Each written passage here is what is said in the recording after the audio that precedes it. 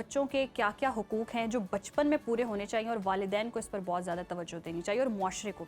जो इस time top researches हो रही हैं जिसमें चैलेंजेस को फोकस करते हैं कि पेरेंटिंग के हवाले से जब हम बात करें और बच्चों के चैलेंजेस की बात करें तो जो टॉप 3 चैलेंजेस आ रहे हैं उसमें नंबर 1 पे इस टाइम पूरी दुनिया में, सिर्फ पाकिस्तान में नहीं, पूरी दुनिया में जो पेरेंट्स को चैलेंज है वो यूज़ ऑफ स्क्रीन का चैलेंज है। मोबाइल और स्क्रीन की मैनेजमेंट बच्चों के लिए, क्योंकि बच्चा इस वक्त जो इवन के 2 साल का बच्चा भी है वो 1 या 2 घंटे स्पेंड नहीं कर रहा, वो 10-10 घंटे मोबाइल पे स्पेंड कर रहे हैं।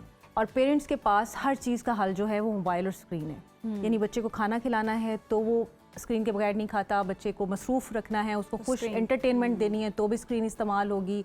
बच्चे को कुछ सिखाना है यानी उसको लर्निंग है तो वो भी हम कहते हैं कि मोबाइल में स्क्रीन के थ्रू बच्चे बहुत जल्दी सीख लेते हैं, कार्टून्स के थ्रू, राइम्स के थ्रू और बहुत सारी चीज़ों के थ्रू।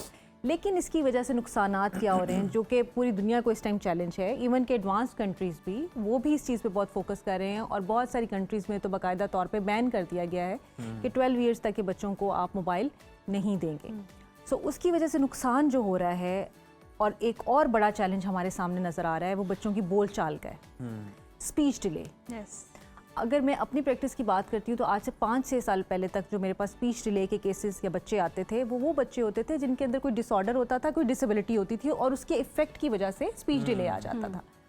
इस टाइम जो स्पीच डिले केसेस आ रहे हैं वो mostly use of excessive screen है। वन वे कम्युनिकेशन हो रही है, मतलब बच्चा बात नहीं कर, सिर्फ सुन रहा है उसको। लेकिन इसके अलावा ये कि बच्चा बोलने में भी उसको मसला है। माँ बाप कहते हैं आके कि बच्चा 2 साल का हो गया अभी तक ये एक छोटा जुमला नहीं बोलता या आवाज़ में क्लैरिटी नहीं है। और इवन जो कम्युनिकेशन है यानी राब्ता है वो भी मीनिंगफुल राब्ता नहीं है, बच्चे उसमें मुकम्मल तौर पे डेवलप नहीं कर पा रहे।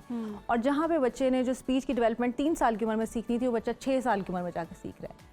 अब आप सोच सकते हैं कि जब बच्चा बोल चाल नहीं सीख पाता प्रॉपर तरीके से तो उसकी बाकी लाइफ स्किल्स भी मुतासिर होते हैं, वो जज्बाती तौर पर मुतासिर होता है, नफ्सियाती तौर पर मुतासिर होता है। और फिर ये जो एक्सेसिव यूज़ ऑफ स्क्रीन है ये ना सिर्फ उसकी जज्बाती सेहत या उसकी जहनी सेहत को मुतासिर कर रहा है, उसकी जिस्मानी सेहत को भी मुतासिर कर रहा है। यानी उसके बाद जो तीसरा चैलेंज वो बताते हैं वो ये है कि जब बच्चा जिस्मानी तौर पर एक वर्चुअल वर्ल्ड में है और वो सिर्फ एक जगह पे बैठा हुआ देख रहा है तो उसकी स्पोर्ट्स की कोई एक्टिविटीज़ नहीं है, उसकी भाग दौड़ की, खेल कूद की, जिससे बच्चा सीखता है तो वो जिस्मानी तौर पे भी कमज़ोर हो रहा है। उसके खाने पीने के पैटर्न्स चेंज हो रहे हैं, वो ज़्यादातर जंक फूड और प्रोसेस्ड फूड जो है वो इस्तेमाल करते हैं और चूंकि वो भागते दौड़ते नहीं है तो वो हजम भी नहीं होती, ओबेसिटी और इस तरह की बहुत सारी चीज़ें और फिर इवेंचुअली नींद का डिस्टर्ब होना, ये तमाम मसाइल भी आ रहे हैं।